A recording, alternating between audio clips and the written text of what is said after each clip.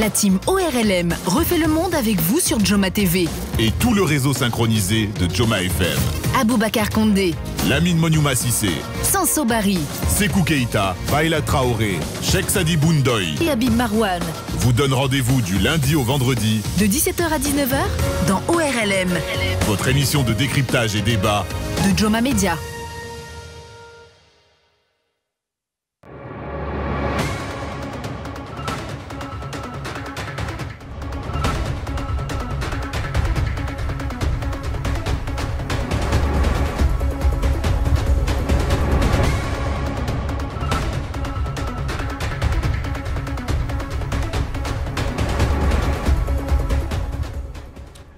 Mardi 12 décembre 2023, mesdames et messieurs, bonsoir et bienvenue dans le deuxième numéro de votre émission Refaire le monde. L'émission a la possibilité de vous faire comprendre l'évolution de l'actualité en Guinée, en Afrique et partout dans le monde. Il faut dire à l'entame de cette émission que nous sommes disponibles sur le satellite Amos 17 et avec la distribution locale qu'on appelle Canal du Quartier. Beaucoup sont en train de se battre aujourd'hui avec les antennes locales pour pouvoir domicilier à nouveau Joma Media dans leurs différents salons. Vous êtes à applaudir, chers téléspectateurs. Des coupures intempestives du courant électrique, nous en avons déjà parlé, mais nous y reviendrons ce soir parce que les choses ne s'arrangent guère. Tout au contraire, elles empirent. Et pour le moment, la seule réponse que les autorités nous offrent consiste à réprimer ceux qui manifestent pour exiger le courant dans leur quartier ou demeure. Faut-il en conclure donc que la crise n'a pas de solution? Comment pourrait-on alors expliquer cette dégradation si brusque de la desserte en électricité alors qu'on pensait ce défi relevé en partie? Et ce soir, nous nous posons ces différentes questions dans cette émission. Pour ce qui est du musulman de la presse, les choses ne s'arrangent pas non plus, loin de là. On a même des raisons de penser que la machine d'extinction des différents médias est lancée de manière irréversible, alors que les différentes associations de presse privilégiant la voie du dialogue font le tour des entités susceptibles d'aider à trouver la solution à la crise, continuent à dérouler l'agenda visant à nous faire taire. Et ainsi, comme nous vous l'annoncions hier même ici, c'est désormais des bouquets Startem et Soditev que les chaînes des groupes Joma, Adafo et Évasion sont retirées. Mais ce soir, nous nous interrogerons sur le silence, j'y arrive enfin, plutôt étonnant, des autres organisations de la société, dont celles évoluant dans le secteur de la défense et de la promotion des valeurs démocratiques et des droits de l'homme. Nous pensons notamment au barreau de Guinée, à l'OGDH, au mouvement syndical guinéen, dans son ensemble, des entités dont l'attitude de passivité peut paraître d'autant plus paradoxale qu'au-delà des menaces sur la liberté de la presse et de l'expression, ce sont des emplois qui sont en jeu dans ce bras de fer. À quoi peut-on donc assimiler le fait que ces organisations jouant à une forme de neutralité se contentent juste d'observer le processus de liquidation des principaux médias privés de notre pays? Et nous posons le débat ce soir. Par ailleurs, nous aurons en ligne Aboubacar Kamara, le président de l'Union des radios et télévisions libres de Guinée, à propos des marches jusqu'ici menées par son équipe en vue du dénouement de la crise. Quelles sont les entités qu'ils ont jusqu'ici rencontrées? Quel enseignement s'en dégage-t-il? Sont-ils un peu plus éclairés sur les griefs imputés à la presse guinéenne à date? Comment envisage-t-il l'issue de la crise? Un dénouement est-il en vue ou bien faudra-t-il recourir à la journée sans presse et à d'autres actions fortes de ce type? Bref, quelles sont les pistes envisagées pour sortir de ce joug? Nous lui poserons toutes ces questions dans cette première partie même. Lamine Moniouma Sissé qui met de l'ordre dans ces biscuits, des biscuits qui ne sont pas consommés dans certains endroits à cause justement de ce brouillage et de ce retrait de notre télé dans le bouquet Canal et dans d'autres bouquets comme Startem et Soditev. Moniouma Sissé, bonsoir. Oui, bonsoir et bonsoir à tous. Boubacar Sanso Bari, bonsoir. Bonsoir à tous et à toutes. Qui avait pourtant le sourire, mais aujourd'hui, c'est l'air très hagard. Le moment est grave. Hein. Le moment est grave. Voilà, on n'a pas raison de sourire, même en l'inventant. Ce n'est pas une bonne chose. Ndoye Cheikh Sadibou, c'est votre point de vue. Bonsoir. Bonsoir à tout le monde. Habib Marwan Kamara, bonsoir à vous également. Oui, bonsoir. Très froissé là, vous. Oui, de nature. Dépassé par la situation. Beaucoup de journalistes me font savoir qu'ils sont dévastés, ils sont sans mots. Non, ce qui arrive. Franchement, moi je dirais que l'objectif du CNRD est atteint. Ceux qui sont en le train moral est touché. Non, complètement. Complètement. Je ne regrette pas d'être guinéen, mais je regrette de vivre ce moment et de voir le pays traverser cette situation. C'est quand même ubuesque, c'est inédit, c'est abracadabrantesque ce qui se passe dans notre pays. Comme on le dit dans un malinqué, pour que cela soit accessible au palais, c'est ignafognable ce que nous sommes en train de traverser. Vous savez, aujourd'hui, il suffit juste de sortir pour faire un tour, M. Condé. Je vous assure que le pays a atteint le summum. Aujourd'hui, on a touché au fond. Parce que ce qui se passe, c'est vraiment dégueulasse, c'est regrettable. Je suis touché. Franchement, je mérite... non, c'est décevant quoi. La ville Moïmassi, c'est le biscuit.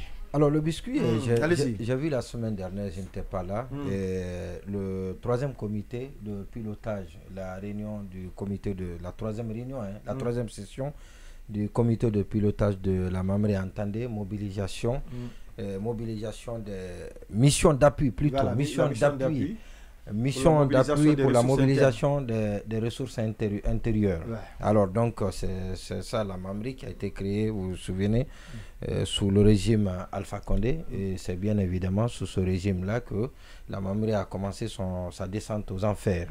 Alors aujourd'hui c'est le régime d'Alpha Condé encore. Oui, bien sûr. Donc, vous savez que a commencé sa descente aux enfers, mais maintenant aujourd'hui, je ne sais pas où est la destination de la Mamri. Peut s'inverser. Non, ça ne s'est pas les inversé. choses, la refondation de l'État et la rectification institutionnelle, surtout qu'on voit là-bas l'ancien ministre du budget, Dr Mohamed Lamine Doumbouya.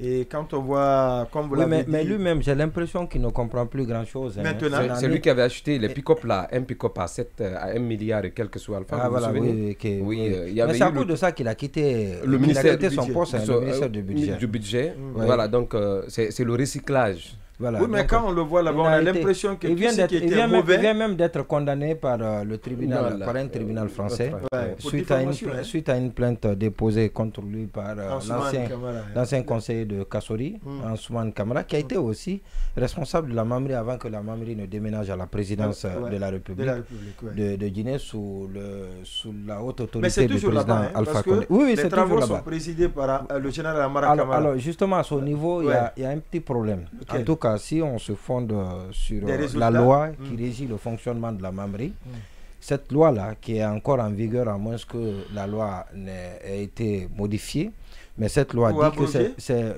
abrogé, mais cette loi dit que c'est le président de la République ou le Premier ministre, c'est-à-dire le président qui préside le comité de pilotage ou le Premier ministre.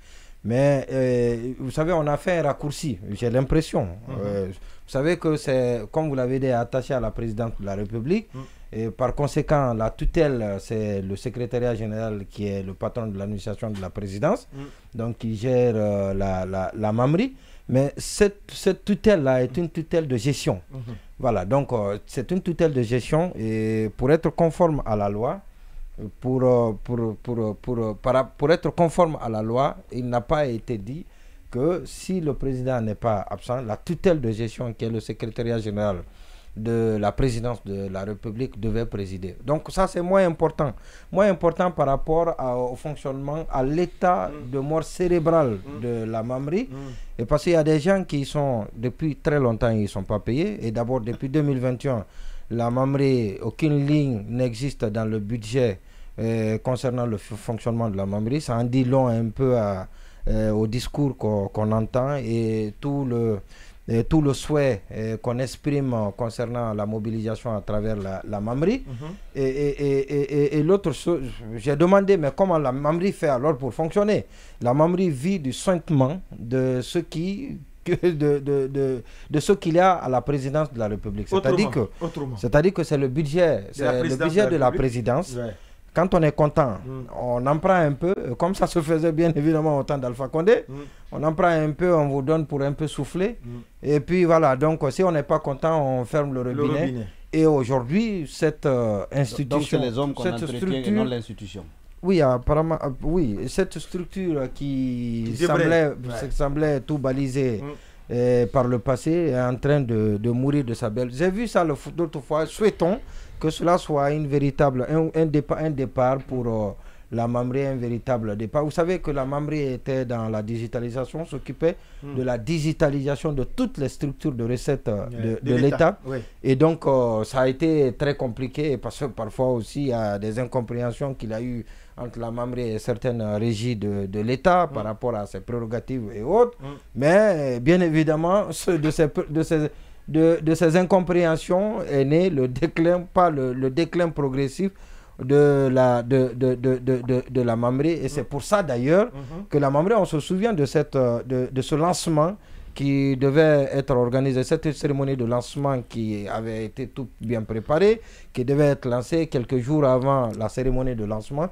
Et ça a été annulé sur décision du Premier ministre d'alors, sous l'autorité duquel était la Mamri, voilà, donc était pas placé la Mamri. Et c'est après ça, voilà, donc il y a eu un décret pour mettre la Mamri sous la tutelle de la présidente de la République. Mais depuis, on ne comprenait pas grand-chose. Et maintenant, là, c'est tout autre. Et parce que jusque-là, les gens au moins recevaient régulièrement leur salaire. Et parce que même cela a céssé. Cela a cessé. Je dis bien qu'il y en a. Voilà, justement, j'ai eu des informations, j'ai été renseigné que. Et vous savez que la Mamri est composée de cadres très compétents. J'en connais certains qui ont quitté, pas les diasporas que nous connaissons avec un CV taillé sur mesure. Pour la plupart falsifié. C'est taillé sur mesure des Guinéens fabriqués. Et voilà, donc ceux qui se font appeler patriotes, avec le terme désormais galvaudé, sous cette ère. Transition. Voilà, donc nous autres qui sommes restés, nous sommes taxés. Une pensée au directeur de l'Archirpa. L'Archirpa qui a été présenté comme étant difficile à prononcer. Comme étant un expert. En tout cas, l'expertise, ça s'apprend quelque part. Mais voilà, le CV, vous pouvez consulter. C'est dans les couloirs où se frottaient contre tout le monde et on l'a vu passer. Bref, je ne parle pas de cette expertise. Je parle des vrais experts. Il y en a dans ce service-là. Et souhaitons que cette rencontre, la fois dernière, même si elle a heurté un peu la loi dans son fonctionnement, dans le fonctionnement du service, notamment que ça puisse servir, ça devrait être présidé soit par le chef de l'État ou par le Premier ministre. Mais c'est le ministre secrétaire général de la présidence qui a présidé la rencontre avec une dose de fanfaron. Est-ce que la loi permet à ce qu'il y ait certainement cette délégation qui a été faite par le président? Non, la loi non. La loi dit, est claire, cette loi. Je dis, je ne sais pas si elle a été sous l'autorité de la présidence, de la primature. Non, elle est placée. Elle est placée sous l'autorité de la présidence. Mais le comité de pilotage est présidé par le président de la République, pas la présidence. Par le président de la République. Par le chef de l'État. Par le Premier ministre. Par le chef de l'État. Maintenant, le chef de l'État peut faire une délégation de pouvoir pour présider au comité de pilotage. C'est le Premier ministre, ce qui est dans la loi qui régit le fonctionnement. Mais la structure est placée sous l'autorité de la présidence de la République. Ce qui donne le droit, bien évidemment, au général Amara d'assurer la tutelle de gestion de la structure. Voilà ce qu'on pouvait dire comme biscuit. Et Lamine Mounioma Sissé, Bouakar Sansoubari Ndoye Cheikh Sadibou. Nous allons nous intéresser. D'ailleurs, c'est la continuation du débat concernant le musellement de la presse. Est-ce qu'on doit continuer à dire la presse est muselée ou bien l'extinction programmée de la presse? Ndoye Cheikh Sadibou, quelle est l'expression maintenant qui sied? C'est l'extinction, c'est le musulman, on a dépassé. En tout cas, on a dépassé le cap où on parle de musulman. Peut-être on parle maintenant de l'extinction parce que Habib le disait tout à l'heure, l'objectif recherché par les autorités, on le sait depuis longtemps, c'était de faire taire. La fois dernière, je le posais dans cette même émission, dans mon introduction. quand on a commencé avec les brouillages des zones et ensuite le cas de Dioma, du fait que Dioma soit retiré du bouquet canal, je me posais la question, qui veut faire réellement taire le média?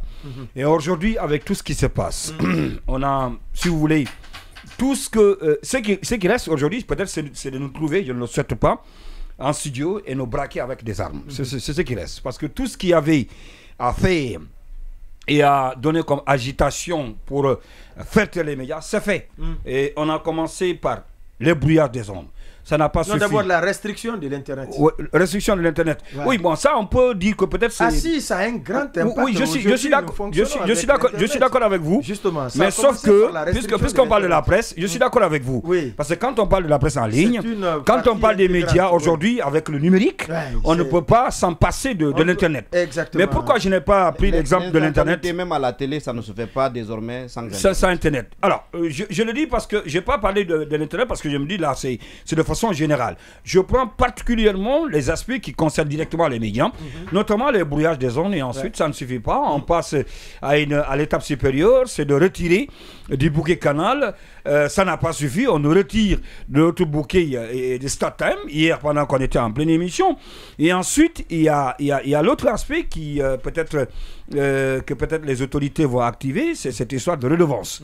Redevance annuelle. Donc, si vous voulez, tout ce qui était en tout cas, aspect ou encore mécanisme pour permettre aux autorités de faire taire les médias ont été employés. Et je le disais donc tout à l'heure, je ne sais pas qu'est-ce qu'il reste encore à faire, c'est pourquoi je ne peux plus parler de musulmans. On a dépassé cette étape. Aujourd'hui, il faut le dire, force est de le reconnaître, c'est de faire taire complètement les médias. Maintenant, quel est l'effet recherché? L'objectif recherché par rapport à ce qui se passe présentement? Parce que je me dis que les engagements qui avaient été pris au lendemain du 5 septembre 2021, à savoir le respect des droits humains, quand on parle de respect des droits humains, parce que on ne peut parler du respect des droits humains sans pour autant parler de la liberté d'expression, la liberté d'être informé, qui sont des droits fondamentaux. Et tenez-vous bien, la Guinée, comme tous les autres pays, à l'instar des autres pays du monde, qui ont ratifié donc cette convention, a célébré tout récemment, l'an 75, donc de la Déclaration universelle des droits de l'homme, le 10 décembre 1948, déclaration dans laquelle c'est mentionné, noir sur blanc, la défense en tout cas des droits humains. Et tout ce qui a été promis, je pense que ça a été inspiré de ça lorsqu'on parle par exemple de la charte de la transition, qui est revenu sur le respect des droits humains. Aujourd'hui, avec ce qui se passe avec la presse, je pense que on a brimé cet autre droit du citoyen. Et je ne sais pas, les mots manquent pour qualifier ce qui se passe présentement. Une fois encore, je pense qu'il faut avoir peur. Il faut avoir peur avec cette allure. Je ne sais pas, et ce qui reste, c'est de prendre les armes contre les médias. Oui. Lamine et Boubacar Sansobari, nous parlons spécifiquement du cas du retrait des mêmes télévisions, c'est-à-dire Dioma, Espace TV et Évasion TV dans les bouquets solitaires et Star Times. Comment vous trouvez cette autre démarche? Pour moi, c'est la preuve que l'argument de la sécurité nationale, ce n'est pas... Il est fallacieux. Autrement, a priori, ce qui s'est déjà passé jusqu'ici a dû, même de manière inconsciente, amener les médias à y aller avec prudence dans les commentaires, dans les analyses. C'est-à-dire, si c'était un moyen de dissuasion, si c'était un rappel, si c'était un coup de sémence, le fait de retirer ces différentes chaînes du bouquet canal aurait déjà suffi pour leur rappeler, si jamais ce n'était pas le cas, leur responsabilité dans la façon d'analyser notamment l'actualité. Donc ça veut dire que il y a une programmation. C'est-à-dire l'idée... Ça va monter? Oui, l'idée est de réussir à faire en sorte que les gens ne fassent pas du tout écouter. Puisque, oui, ils ne se font plus écouter par canal. D'accord, mais on a martelé depuis 2 ou 3 jours que non, on peut toujours se faire écouter par Star Time et Solitaire. D'accord, on dit d'accord, puisque là-bas aussi vous pouvez vous faire entendre, c'est bon, on a aussi le moyen de vous retirer là. Et donc, pour moi, c'est la preuve, s'il en était besoin, c'est la preuve que c'est un programme, c'est un agenda. C'est un agenda consciemment préparé, parfaitement assumé pour faire en sorte que ces médias-là se taisent, en tout cas pour un certain temps. Mais moi, je veux dire que j'ai passé la journée à réfléchir aussi à une certaine contradiction. Et à quel niveau? Ça, je fais appel à ceux qui disent, écoutez, c'est des militaires. On a une excuse, c'est des militaires, d'accord. Mais je dis, ceux qui disent ça, alors si... C'est un régime militaire. Oui, c'est les militaires qui sont au pouvoir, faites attention. Voilà, implicitement, ils sont en train de nous dire que les militaires ne sont pas les mieux indiqués pour gérer le pouvoir. Paradoxalement, ce sont les mêmes qui militent pour une transition indéfinie. Je ne sais pas quel est le message qu'on nous renvoie. Ça veut dire que les gens sont en train de poser ces actes-là. Implicitement, on reconnaît que ce n'est pas la meilleure administration qu'on peut servir, ce n'est pas la meilleure gestion dont on peut user. Mais après, les gens te disent, écoutez, on a essayé les civils, ça ne marche pas, il faut qu'on fasse confiance à ces derniers. Ouais. Je ne sais pas, en fin de compte, ce que les gens recherchent. Maintenant, si vous avez quitté là, il y a un élément que vous avez souligné dans le libellé tout à l'heure, c'est notamment la part, le rôle que joue dans ce que nous vivons aujourd'hui d'autres corporations. Vous avez notamment cité le barreau, l'OGDH et le mouvement syndical dans son ensemble. Et hier, par exemple, pour ce qui est du barreau, j'en avais parlé et je le disais parce qu'il faut trouver des connexions.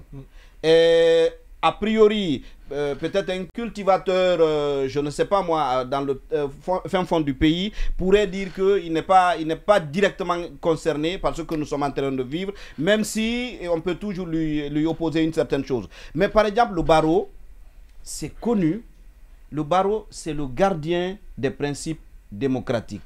C'est le gardien des libertés. Alors, encore une fois, je dis, je pense que Dioma, on a commencé par Dioma, le retrait de Dioma du bouquet Canal est intervenu, je pense, mercredi, aux alentours de 17h. 40. Demain, ce sera une semaine. On n'a rien entendu encore du barreau. Pourtant, vous vous rappellerez que ce barreau avait réussi à sauver Charles Wright, alors que à l'époque, procureur général. Procureur général. Ouais. Alors que, a priori... Et même l'association des magistrats de Guinée. Exactement. Ouais, je pense que l'AMG doit être interpellée. Exactement. Donc, parce que quand le barreau qui a sauvé Charles, c'est l'association des magistrats. D'accord. Voilà. Le barreau n'avait aucun lien avec Charles. Mais le barreau est souvent au chevet des autres corporations. Le barreau s'est défendu un communiqué. Également. Il me semble en tout cas. Mais le barreau, c'est l'AMG qui a menacé. Le barreau a condamné. Le barreau a condamné. D'accord. De toutes les façons, toutes les deux corporations se sont fait entendre. Non, c'est l'AMG. Non, c'est la menace certaine de l'AMG qui a amené les autorités à considérer leur position. Prenons. Parce qu'elles étaient prêtes à humilier Charles Wright. À l'époque, procureur général. Non, il était même humilié. Déjà, oui, il était à terre. Oui, le barreau a sorti aussi un communiqué. Oui, pour dénoncer la violation des droits de l'homme. Voilà, à ce niveau. Des droits de Charles. Ouais. Voilà, c'est ça. Prenons juste déclaration, condamnation, communiqué. Cette fois-ci, ça fait une semaine, on n'a rien vu. Est-ce que ça ne fait pas d'un côté ni de l'autre? Est-ce que ça ne fait pas de la passivité? Donc ça c'est un. Pourtant c'est des corporations, dès qu'elles sont en difficulté, le grand recours c'est la presse. Et non, ça on l'a vu. Ce sont les médias. Une infinité, on l'a vu une infinité de fois. Si Charles Wright a reculé la dernière fois dans sa volonté de casser du magistrat, c'était aussi parce que les gens sont passés suffisamment dans les médias. On se rappelle du dernier communiqué que nous avons commenté ici, issu de la réunion qu'il y a eu à la Cour suprême. Charles était déterminé à faire en sorte que tous les communiqués, tout ce qui est communication, il les publie, notamment par rapport aux suspensions. Mais ces derniers temps, avec toute la pression que les magistrats ont utilisée via naturellement les médias, vous savez qu'il a fini par reculer. Donc, je dis encore une fois, ça fait une semaine, ça, on n'a rien entendu. Je dis que l'OGDH aussi, vous avez parfaitement raison, là aussi, je trouve que c'est timide par rapport à l'ampleur de l'attaque que les médias subissent. Maintenant, pour ce qui est du syndicat, je ne sais pas, à un moment donné, le syndicat s'était élevé, je ne sais plus pour... voilà, le syndicat de la FESABAG. Non, même le syndicat de la presse. Quand les gens se sont soulevés, dans le cas de Guinée Matin, il y en a qui leur ont opposé que non, écoute, c'est le média, c'est son patron qui devrait se mobiliser, c'est les patrons qui devraient se mobiliser. L'argument est plutôt pertinent que le syndicat de la presse avait mis en avant, c'est le fait de dire que si le média ne fonctionne pas, c'est des emplois qui sont perdus. Exactement. Ouais. Et nous sommes là, au-delà de Guinée Matin, nous avons affaire pratiquement à combien de médias où, si ça continue comme ça, il ne faut pas se leurrer. Ouais. À un moment donné, ça va s'arrêter. C'est-à-dire, la détermination, c'est bon, l'engagement, c'est bon, mais à un moment donné, il faut qu'il y ait des ressources, il faut qu'il y ait des recettes. Et vous ne pouvez pas faire de recettes si vous ne fonctionnez pas. Si vous ne faites pas passer la communication de vos partenaires, c'est-à-dire les gens, ce n'est pas de la philanthropie. Ouais, pas du tout. C'est un contrat, c'est un contrat de service. Ouais. Si les gens n'ont pas ce qu'ils escomptent sur la base de votre collaboration, naturellement, à un moment donné, ils vont cesser de... Donc, est-ce que le syndicat réalise tout ça, les risques qui se rattachent à tout ça? Je ne sais pas. Mais je l'ai dit, encore une fois, on l'a vu, beaucoup de corporations ont été touchées comme ça. Les uns et les autres se sont tués en estimant que ce n'est que ces corporations, ce ne sont que ces corporations qui étaient affectées. On en vient aujourd'hui progressivement à toucher tout le monde. A priori, après nous, ça devrait être une autre corporation. Ce serait bien que tout le monde se batte pour que la digue soit élevée, pour qu'une fois, on dise que c'est la limite. On est en train d'élever du côté du palais Mohamed V pour pouvoir empêcher l'arrivée ou...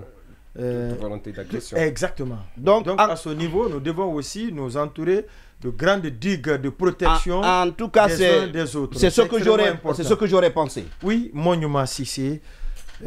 Dioma, Espace, Évasion ne sont pas aussi dans les bouquets solitaires de certains. Oui, mais moi ça ne m'étonne pas. Ça ne vous étonne plus. Ils sont cohérents. Ouais. On ne peut pas retirer Dioma sur le bouquet Canal sous prétexte qu'il faut que Dioma doit disparaître sur le territoire national et laisser les mêmes médias dans les autres bouquets qui permettent bien évidemment aux téléspectateurs de ces chaînes. Non, c'est impossible. C'est-à-dire que si vous demandez à Canal de couper ces trois médias-là, parce que c'est en Guinée, il lui demande de le couper pour ne pas que les Guinéens regardent ces chaînes. Ouais. Vous ne pouvez pas permettre que les mêmes chaînes existent dans d'autres bouquets qui émettent sur le territoire national. Ça aurait été une très grosse ambiguïté. C'est d'autant plus évident.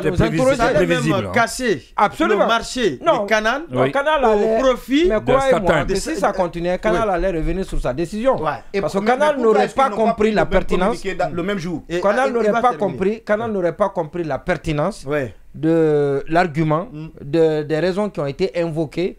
Et à cause de quelles raisons Canal a pris la décision de couper. Parce que ça allait se vers les bouquets Canal solitaires. Donc le problème, ce n'est pas là parce qu'on a coupé. Le problème, il est connu. On l'a dit hier, c'est bien l'autorité de régulation qui a cédé devant. On me parle d'une menace. La menace, elle existe toujours, et surtout quand c'est les militaires.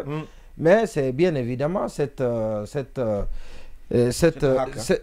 hack-là qui, de mon point de vue, est responsable des ennuis et de tout le malheur dans lequel se trouve aujourd'hui dans la presse guinéenne, exactement. Alors, le problème, il est un peu compliqué. Et parce que les gens, quand vous demandez, vous entendez les gens, parce que c'est hermétique, c'est désormais très fermé, vous n'avez plus accès directement à ces personnes-là. Et depuis que le problème a commencé, moi personnellement, depuis quelque temps, parce qu'on n'aime pas la contradiction, il paraît, au sommet. Et donc, c'est difficile de parler directement à ces personnes pour connaître leur point de vue. Mais vous discutez avec des gens avec lesquels eux aussi discutent. Mais quand vous discutez avec eux, ils n'ont aucune once de regret par rapport à ce qu'ils ont fait. Au contraire, ils veulent même aller très loin. Mais ils sont en train Ils sont décidés. Non, c'est ça mon étonnement. C'est là la curiosité de ce qui est en train de se passer. Donc, c'est là où je ne comprends pas. Et je me dis jusqu'où ils vont aller. Et parce qu'on vous dit, par exemple, que ce qui s'est passé, c'est comme une goutte d'eau dans l'océan. Ouais. Et donc que c'est justement pour ça. C'est un essai, c'est un ballon d'essai. Voilà, c'est un début. Ouais. C'est un début et que si vous continuez, et si vous protestez, et si vous continuez à faire ce qu'on vous reproche, mais on ne vous dira jamais ce qu'on vous reproche. En tout cas, moi, on ne me l'a pas dit directement. Jusqu'ici. Alors donc, on va passer à la vitesse supérieure parce qu'on a appris, selon des informations, les informations de couloir, les rumeurs sont des vérités précoces en Guinée. Ouais. Quand vous les écoutez, il faut les écouter, il faut avec les entendre avec beaucoup d'intérêt et prendre une certaine précaution. Et parce qu'on nous a dit que ce qui a été le brouillage, et donc devait être en lieu et place du brouillage, donc la fermeture systématique de ces médias. Ouais. C'est ce qui avait été décidé par une porté devant opinion, les portes, installé, j'allais dire, devant des PA. Donc ça a été soutenu par une certaine opinion très extrémiste. Ouais. Très extrémiste, très incendiaire. Donc les faucons ont pris le dessus. Ça n'a pas marché. Ils sont passés par le brouillage et après c'est couper les images sur les distributeurs. Ouais, et on ne sait pas comment la suite, qu'est-ce qui est réservé pour la suite.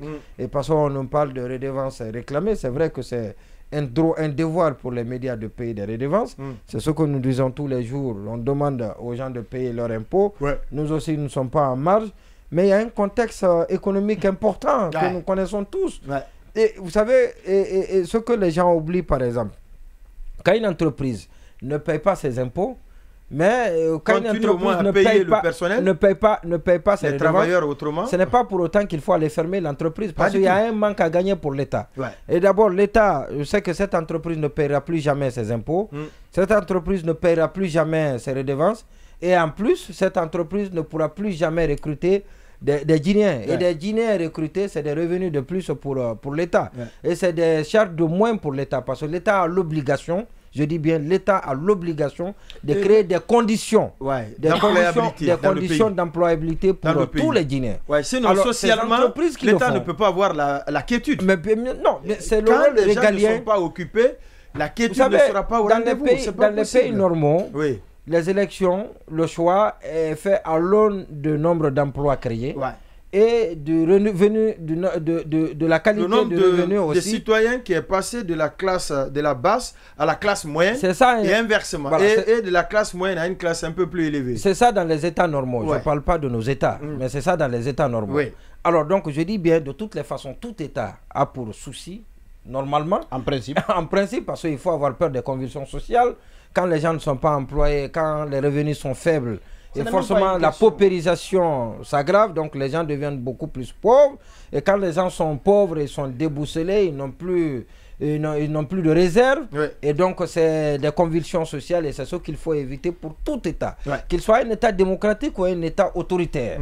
Et donc les entreprises qui aident l'État à employer des Guinéens, en principe, ces entreprises ne doivent pas être... protection. Non, on ne ferme pas une entreprise. Moi, j'ai vu ailleurs, dans d'autres pays, dans les pays plus capitalistes que les nôtres, où on ne ferme pas. L'État lui-même vient au chevet des entreprises. Même les banques. Financer les entreprises et mettre un plan, un échelonnement, un échéancier de paiement. Un plan de redressement. Imposer un plan de redressement, un échéancier de paiement pour ces entreprises.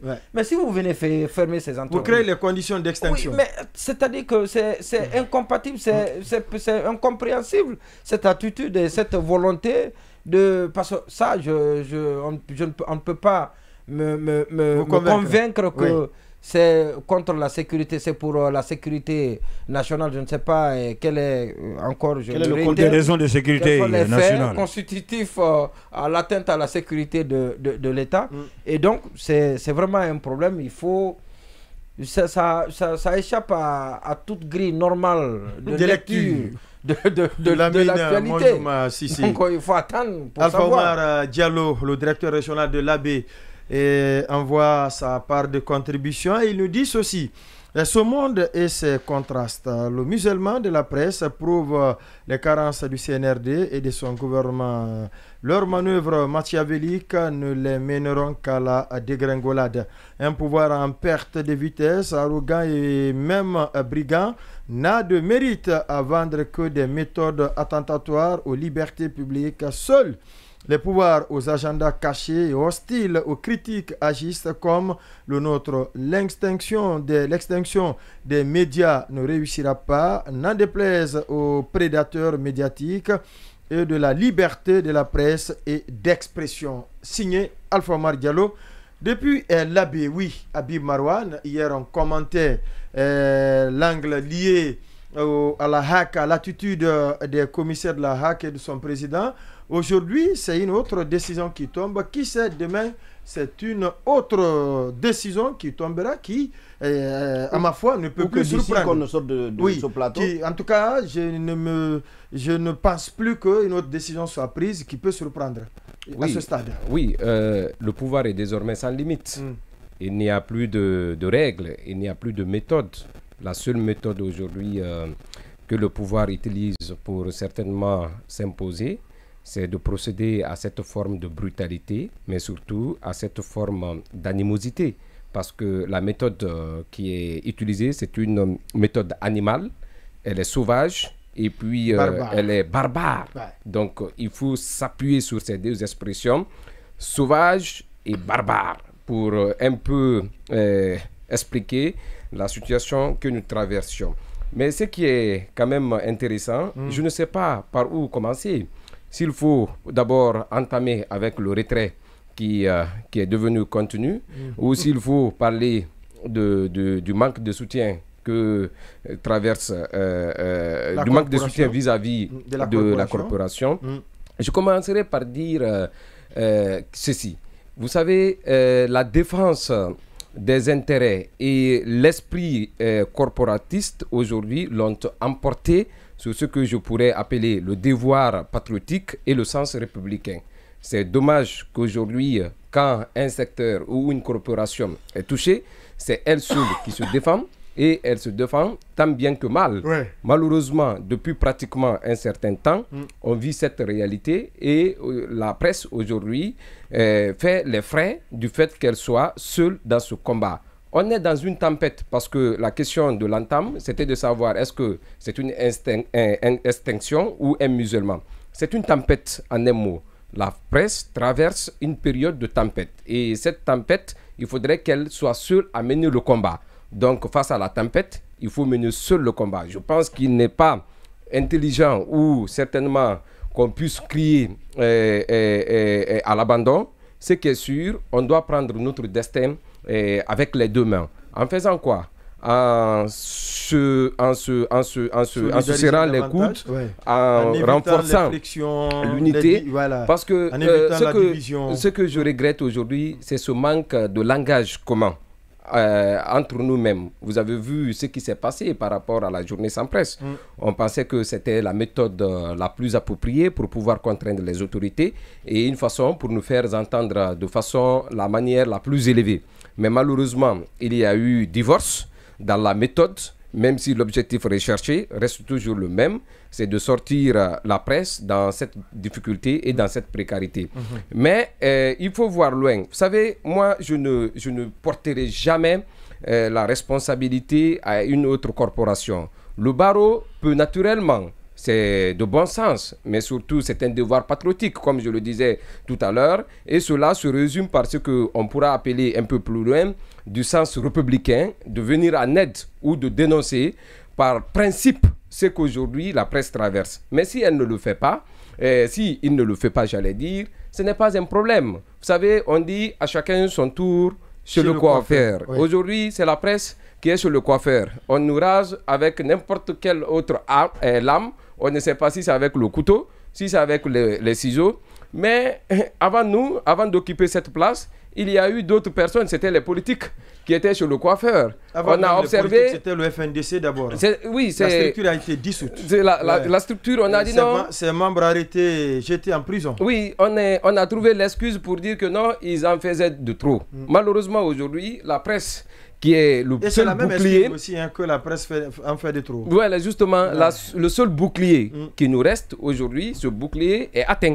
Il faut avoir le courage de le dire parce que il suffit juste de lire sur les différents visages. Vous allez voir aujourd'hui ce désintérêt, vous allez voir ce découragement. Ça se lit sur tous les visages parce qu'aujourd'hui, même les partenaires qui communiquent chez nous ne veulent pas parce que demain, ça peut être une façon pour eux d'être en mal avec l'État. Parce que l'État, aujourd'hui, cet État, il est prêt à tout. Moi, je me dis que je ne sais pas qu'est-ce qu'il décide enfin. Est-ce que c'est parce qu'ils veulent se maintenir au pouvoir, qu'ils veulent nous chasser de ce pays? Mais c'est une façon d'oublier parce que je me dis que franchement, c'est décourageant. Parler de ce pays tous les jours, ça te rend triste, ça te rend malade, triste, parce que ça ne peut pas continuer comme ça. Je vous assure que ça ne doit pas continuer comme ça. Mais notre destin se trouve entre nos mains. Donc, on se bat avec les brouilleurs de l'ARPT installés autour de Dioma pour assurer la retransmission sur les réseaux sociaux. Désolé pour ceux qui nous suivent de ce côté, c'est le directeur général qui envoie ce message parce que depuis le matin, on nous fait comprendre que l'ARPT, au-delà du fait que tout ce d'ordonner à tous les distributeurs d'internet de ne pas donner l'internet à Dioma, puisqu'on se bat autant que faire se peut pour fonctionner. Maintenant, c'est un brouilleur qu'on a installé dans les environs de Dioma. Conséquence, quand vous êtes ici, la connexion est totalement inexistante. C'est une cruauté qui est vraiment indescriptible, Boubacar Sansoubaré. Et c'est ce que Monyuma disait tout à l'heure, c'est le fait qu'au lieu de regretter, les gens se disent que ce n'est pas suffisant. Ils ont envie encore d'en faire davantage. C'est ce qui se démontre. Mais c'est cruel. Et maintenant, moi, je voulais... On interdit aux fournisseurs de vous donner l'Internet et puis les arguments vont dans tous les sens. C'est ça aussi, quand les opérateurs économiques ne veulent pas être en mal avec... le pouvoir en place, on dit non, il y a une panne ici, on a des difficultés de l'autre côté, il y en a même quand vous les appelez, ils ne décrochent pas. Au-delà de tout, puisque nous réussissons à fonctionner sur les réseaux sociaux, sur les différentes plateformes, maintenant on vient installer un brouilleur. Et ça, c'est l'ARPT, ce n'est pas quelqu'un d'autre. C'est comme si nous autres Guinéens, nous avons eu tort de naître Guinéens. Tout le tort commis, certainement, c'est de naître Guinéen, d'étudier dans ce pays et de décider de servir ce même pays. D'autres pensent et d'avoir notre opinion à nous. Et d'avoir notre opinion à nous.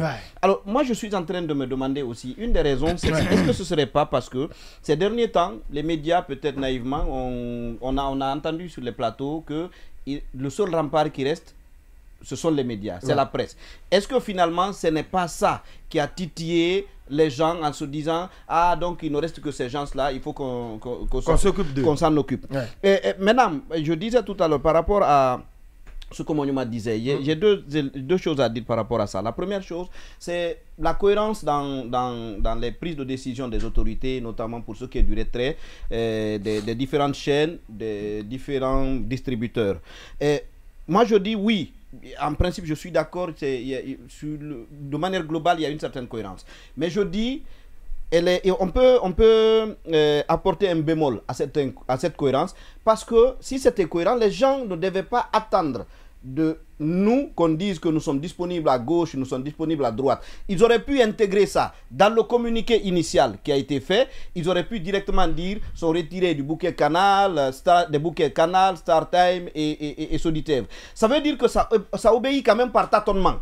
C'est-à-dire, il n'y a pas... En ce moment, est-ce que ces télés n'étaient pas sur ces bouquets? Non, il y en a qui étaient déjà. Il y en a qui étaient. Dioma était dans le bouquet StarTime depuis. Oui, c'est clair. Évasion dans le bouquet StarTime également. Oui, et même dans le bouquet StarTime. Il y en a qui y étaient. Non, mais les autorités ne peuvent pas prendre la décision si toutefois ces médias n'étaient pas dans ces bouquets. Non, vous ne pouvez pas être sur Canal, le bouquet Canal, et être sur le bouquet Ah si, c'est possible. Il y a une exclusivité. Non, ça c'est pour certains. C'est pour certains. Mais pas pour tout le monde. Ça, c'est quelque chose à vérifier. Oui. Non, je vous parle en connaissance de cause. Oui, je vous dis. J'ai été directeur de télé. Oui, non, on parle de l'actualité. Je suis encore directeur de l'information. Voilà. Est-ce qu'avant là... C'est possible, Monument.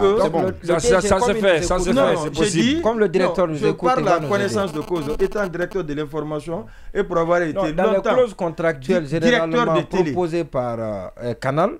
Non, pas avec tous les médias. Mais vous-même, vous savez. Pas avec tous les médias. Pas avec tous les médias. Il y a des médias... En Guinée, par exemple, quels sont ces médias-là? Je vous donnerai les noms à la pause. Oui, mais ça existe, c'est important. Allez-y. Oui. L'autre chose, c'est par rapport à Monument a dit ce serait bien de protéger les entreprises pour éviter les convulsions sociales. Je dis d'abord... Et puis quand vous vérifiez, vous allez vous rendre compte que cette décision, Canal aussi a dû mettre la pression sur les autorités parce que, comme je l'ai dit tout à l'heure, ça pouvait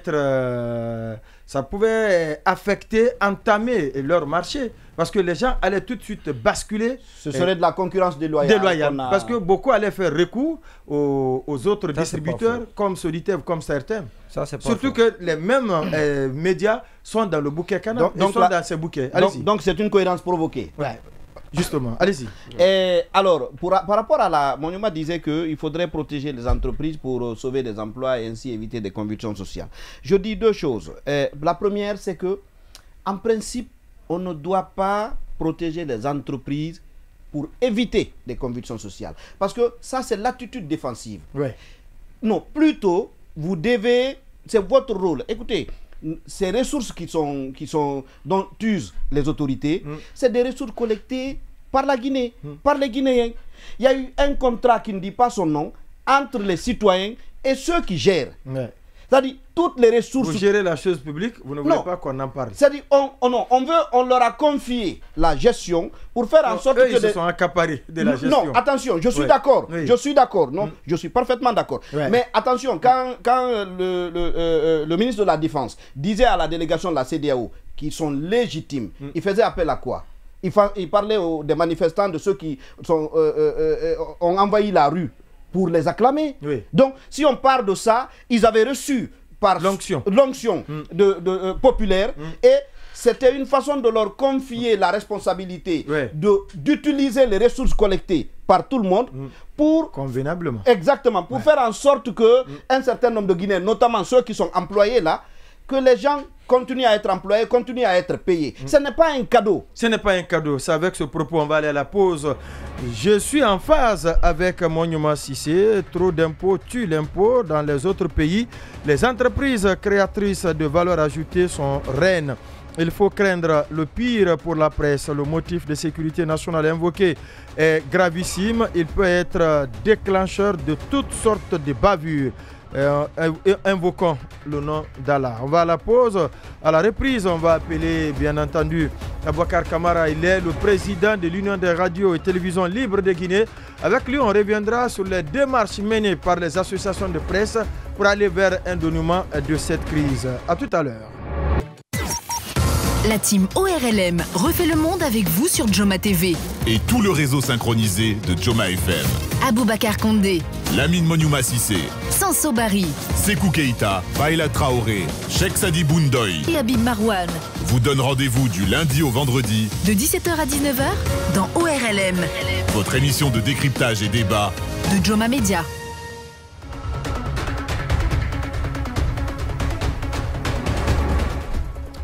Retour ici dans ce studio et sur ce plateau, l'émission reprend ses droits. Nous allons donc appeler Aboubacar Kamara. Il est le président de l'URTERGI, l'Union des radios et télévisions libres de Guinée. Je vous l'ai dit à l'entame, cette association et d'autres d'ailleurs ont entamé plusieurs démarches à l'endroit de quelques leaders d'opinion. De quoi a-t-il été question? Quelle est l'impression de ces leaders sur la crise qui secoue aujourd'hui le monde médiatique? Nous allons lui poser toutes ces questions, mais en attendant, On va faire lecture de quelques messages très rapidement.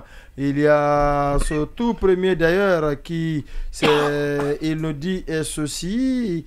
On va aller très rapidement. Il y a le directeur d'antenne qui est très dynamique dans l'émission de ce soir, Khalil Oulare, qui nous dit que c'est maintenant un satellite non installé en Guinée qu'on appelle Amos 17 qui va bénéficier de cette manne financière perdue par Canal et StarTM, parce qu'aujourd'hui c'est une ruée vers les antennes TNT. En tout cas, beaucoup essayent de se battre pour encore récupérer les médias qui sont retirés dans les bouquets StarTM, Soditev et Canal Plus pour pouvoir regarder leur émission préférée. Cet autre message, c'est Abouakar Ben Famaradi Lele Foté. Bonsoir Kondé à toute l'équipe.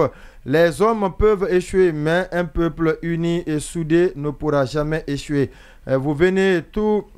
Vous avez tout mon soutien, chers vaillants chroniqueurs, car vous traversez un moment très difficile. Ceux-là qui veulent tromper et enfoncer mon colonel se fatigueront un jour. Un autre message également, c'est M. Mamadou Kafabalde qui nous l'envoie depuis Zérekoré. Monsieur Kondé, les Guinéens ne sont pas unis parce qu'ils ont dissous le FNDC, interdit les manifestations, bloqué l'Internet.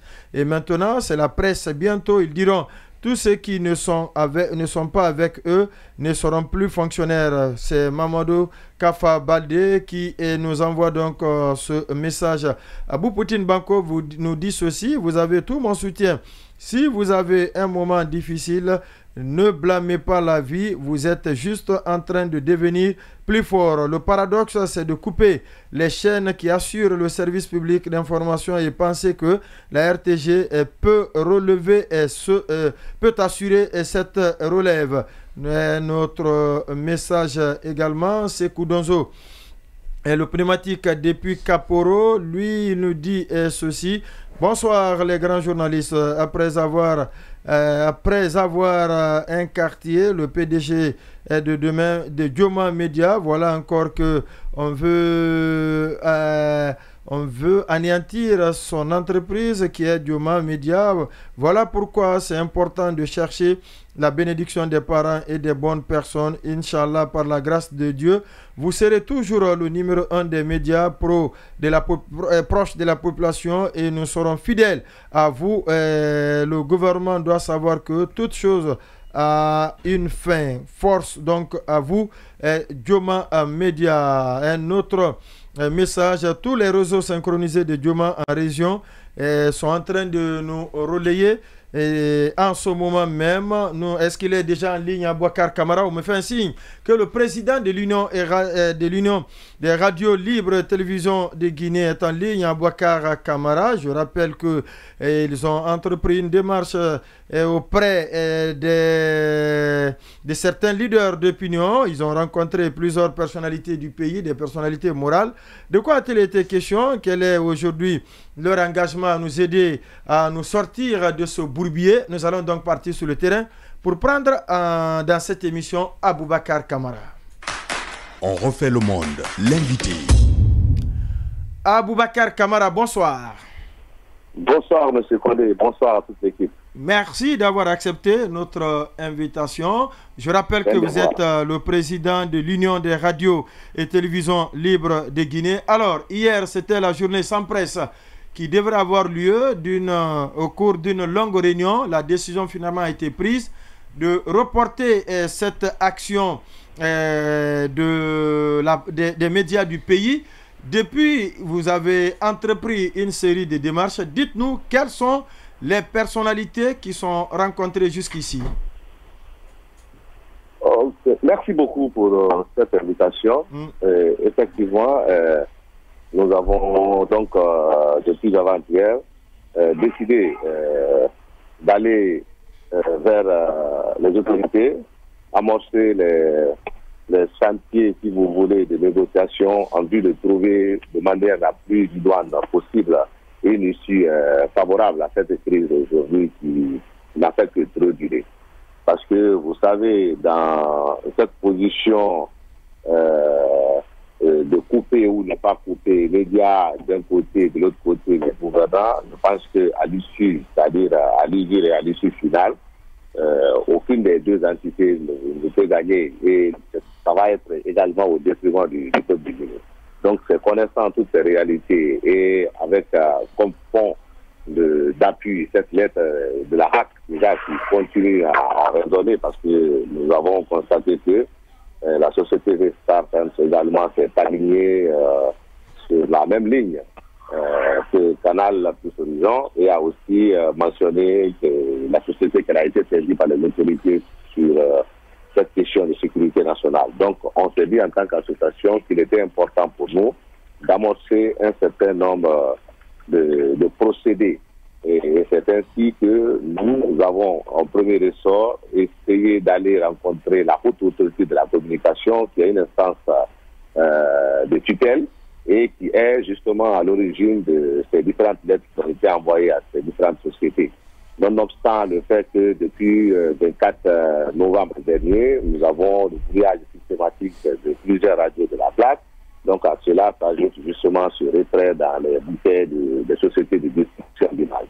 Donc il était important pour nous, avec cette invocation de sécurité nationale, et en tant que Guinéens et en bon légaliste, nous nous sommes dit qu'il était important de mettre en œuvre l'ensemble de cette batterie de dispositions qu'on avait envisagées, en vue justement de nous opposer à cette tentative, ce que nous appelons tentative de musellement de la presse par les gouvernants. Vous savez, c'est toujours c'est les actualités, c'est les événements qui se passent toujours.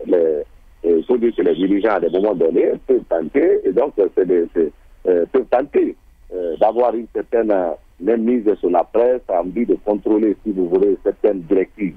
Et il est bien sûr de la responsabilité des hommes de médias de se lever aussi, de se battre. Donc, il faut dire, ce combat est tout à fait normal, ça se passe partout dans le monde, dans les pays. Maintenant, lorsqu'il y a un élément nouveau de sécurité nationale, parce que quand il y a des questions de sécurité nationale, ça appelle à ce que c'est-à-dire toutes les entités, toutes les filles, tous les fils du pays doivent s'aligner en vue d'abord de comprendre c'est quoi la sécurité, cette menace à la sécurité nationale, parce que la sécurité nationale concerne tout le monde, et c'est ainsi que nous sommes allés rencontrer la HAC. La HAC qui n'a pas, à cette date, il faut le rappeler, des explications plausibles en ce qui concerne cette invocation de sécurité nationale, parce qu'elle prétexte avoir été aussi saisie par des services compétents de la République, de l'État, voilà, signifiant qu'effectivement, il y avait péril à la demeure, donc il y a atteinte à la sécurité nationale. Donc, nous n'avons pas encore d'explication autour de cela, mais le premier pan de notre mission vers la RAC, c'était de nous expliquer, ne serait-ce que quelques éléments de cette invocation en vue, ou si vous voulez, à l'effet de permettre que de mettre un frein ou si vous voulez un stop à l'effet de propagation, puisque nous ne connaissons pas à date ce qu'on reproche réellement à nous médias ou ce qu'on qualifierait d'atteinte à la sécurité nationale. Donc mais la RAC malheureusement n'a pas ces éléments d'information et nous a promis qu'elle va continuer justement à investiguer et nous rappellera en temps opportun pour nous donner ces détails. Et au-delà de cela, nous avons également essayé de rencontrer d'autres personnalités du pays, justement des sages et autres, même si on ne va pas les citer ici de façon exhaustive, mais quand même, nous disons, oui, avec assurance qu'effectivement, nous avons rencontré beaucoup d'autorités de ce pays, beaucoup de personnalités, les prélats et autres. Et toutes ces entités nous rassurent. Vouloir réellement s'aligner, parce que quand on parle de la liberté de la presse dans un pays, il faut dire que c'est le maillon principal de la démocratie ou le processus de démocratisation du pays. C'est la sentinelle, oui. Voilà. Donc il est important qu'on rappelle ceci, parce que justement, comme on l'a vu, la Guinée est en train de traverser un pan de son histoire, une histoire d'ailleurs, une histoire continuelle. Donc à ce titre, nous avons d'autres rendez-vous, encore même ce soir ou demain encore, d'autres entités qui souhaitent réellement nous appeler. Est-ce que vous avez rencontré quelques chancelleries établies dans notre pays? Oui, bien sûr. Ça, c'est depuis la semaine dernière. Nous avons... on a été reçus à l'ambassade de France, à l'ambassade. Est-ce qu'ils ont été réceptifs? Oui, allez-y.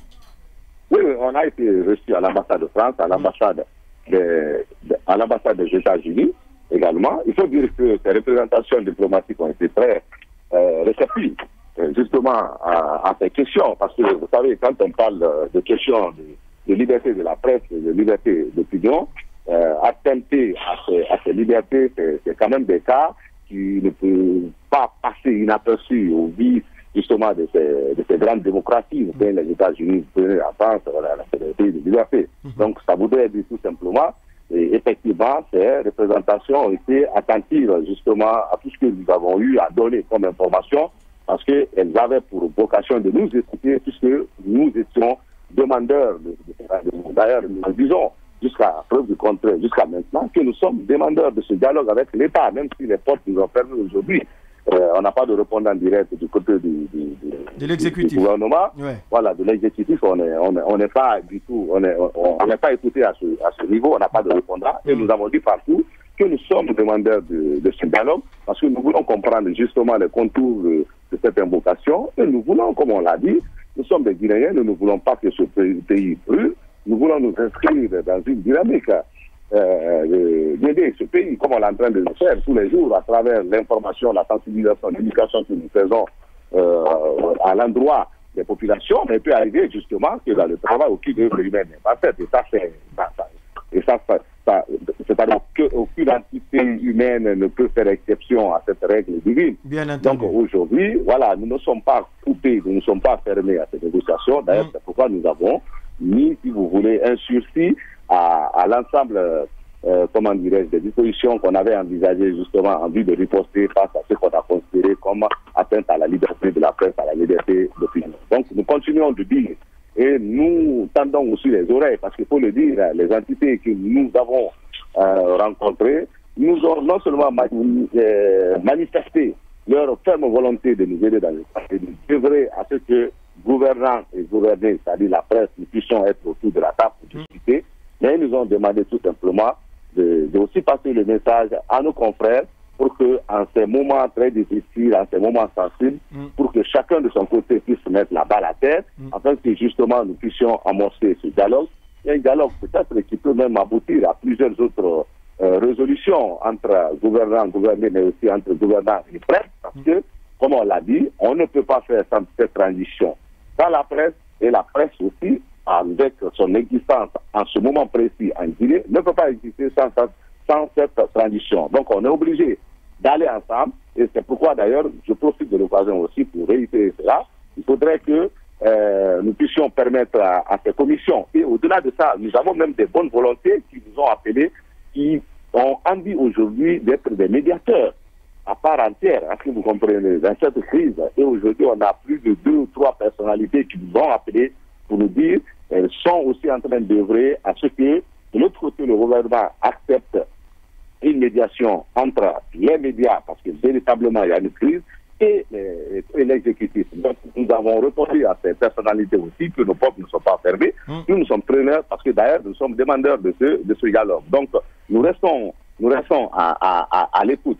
Et ce qu'il faut dire, parce que nous avons tenu à rappeler aux prélats aujourd'hui qui ont bien voulu nous recevoir, nous avons rappelé que nous avons entre-temps reçu des notifications de retrait de fréquence, alors qu'avec la RPT, il y a quand même des conventions, si vous voulez, des arrangements qui avaient été trouvés depuis le début de l'année en ce qui concernait le paiement justement de la redevance due à l'allocation des fréquences.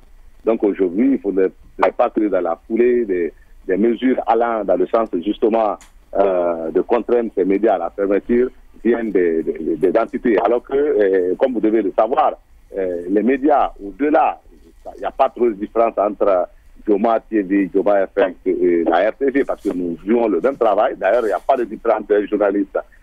Nous disons tout simplement, nous sommes tous des journalistes de la Guinée, et donc nous faisons avant tout, nous rendons un service public. C'est vrai, ce n'est pas que la RPG, nous rendons un service public parce que tout simplement, nos radios, nos télévisions, vous n'avez pas besoin de payer de l'argent comme la RPG pour le suivre. Et tous les jours, comme nous êtes en train de faire, c'est des informations que nous donnons. Donc nous contribuons de façon significative justement au processus de démocratisation, au processus de développement du pays. Donc on ne peut pas aujourd'hui regarder, c'est-à-dire qu'on tombe sur la presse comme un cheveu qui tombe dans la soupe. C'est vrai. Et nous avons rappelé, il y a des manquements, notamment en ce qui concerne même l'invocation de la question de la sécurité nationale. Nous avons rappelé à la HAC que la question nous a intrigués, la question nous a effarés, la question nous a même interpellés à nous lever dès le lendemain pour venir la rencontrer, la HAC. Parce que nous savons ce que c'est. Ça, vous l'avez déjà dit, vous annoncez une rencontre demain. Est-ce que cette rencontre est liée? C'est l'une des conclusions des premières rencontres intervenues entre vous et les personnes rencontrées ces derniers temps, ou tout au moins cela faisait partie du déroulement de votre agenda? Oui, effectivement. Vous savez, nous sommes dans un processus. Tout le monde ne peut pas se déplacer. Il y a un comité qui est chargé justement de diriger toutes ces démarches que nous sommes en train de mener aujourd'hui. Donc, à chaque fois, on doit faire un point d'arrêt à l'effet justement de mettre tout le monde au même diapason, c'est-à-dire sur la même longueur d'onde, pour que nous puissions évoluer ensemble. Donc, demain, il y a une importante réunion, effectivement, entre les associations, mais c'est une réunion qui n'est pas ouverte au public ni aux médias directement, parce qu'elle doit se passer à huis clos, et c'est entre les associations de médias, et voilà, avec les médias concernés, bien sûr. Donc, parce que on ne peut pas, si vous voulez, étaler tout ce qu'on a eu à récolter sur le terrain aujourd'hui en termes d'investigation, mais aussi en partance vers ce dialogue. Donc, ces éléments doivent être partagés en association, en responsable, pour que, à leur tour, chacun de ces responsables puisse se faire répercuter les bienfaits de la dernière question. Oui. Allez-y.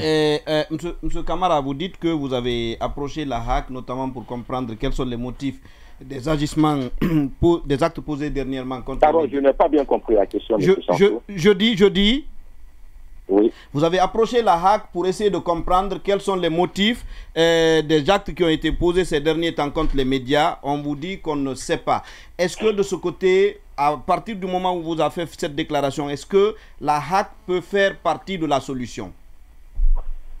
Oui, nous pensons que la HAC peut et doit même faire partie de ce processus de résolution de cette crise. Parce que l'argumentaire de la HAC, bon, à ce stade, nous pouvons dire, nous n'adhérons pas, mais nous comprenons. Parce que quand la HAC dit que on a été saisi par les services compétents de l'État qui ont parlé de sécurité nationale, donc en ce qui nous concerne, nous prenons une mesure conservatoire en demandant tout simplement de décrocher ces médias, en attendant de comprendre le fond du dossier. Nous disons d'accord, mais ce que nous demandons par contre à la HAC, c'est de mettre une certaine célérité dans ces démarches. Parce que ces médias qui sont décrochés, ce qui est en train de se passer, c'est que ces médias sont en train de s'effilocher, ces médias sont en train de tomber. Aujourd'hui, vous avez vu, les radios là ne mettent pratiquement pas, les télés à partir de ces sociétés de distribution. Nous ne pouvons plus les regarder. Donc ça veut dire que les télés là sont en train de faire un mouvement, mais aussi sont en train de perdre de l'argent. Et c'est des emplois qui sont en jeu. Donc nous avons interpellé la HAC à ce qu'elle soit sensible justement à ce pan de la question, et elle a affirmé, et là où nous avons eu la confirmation hier, la HAC a tout fait pour rédiger un rapport en bon et due forme et adresser, à l'ensemble de ces entités pour que justement le plus vite que possible nous puissions nous retrouver afin justement de lever l'équivoque sur cette invocation et pour que justement nous puissions reprendre le cours normal des choses. Aboubacar Camara, oui, président non, de l'URTERGI. Ce que je veux savoir, à partir du moment que la HAC vous a fait savoir qu'elle ne sait pas ce qu'on nous reproche, cependant elle a pris sa décision. Elle a pris la décision. Oui. Est-ce que vous ne devez pas savoir à cet effet qu'il faut aller ailleurs, notamment la Cour suprême, par exemple, saisir la Cour suprême, et sachant que les raisons invoquées ne tiennent pas à grand-chose? Oui, attention, vous savez... Parce que c'est une institution qui a pris la décision, et cette décision elle peut être attaquée. Ouais.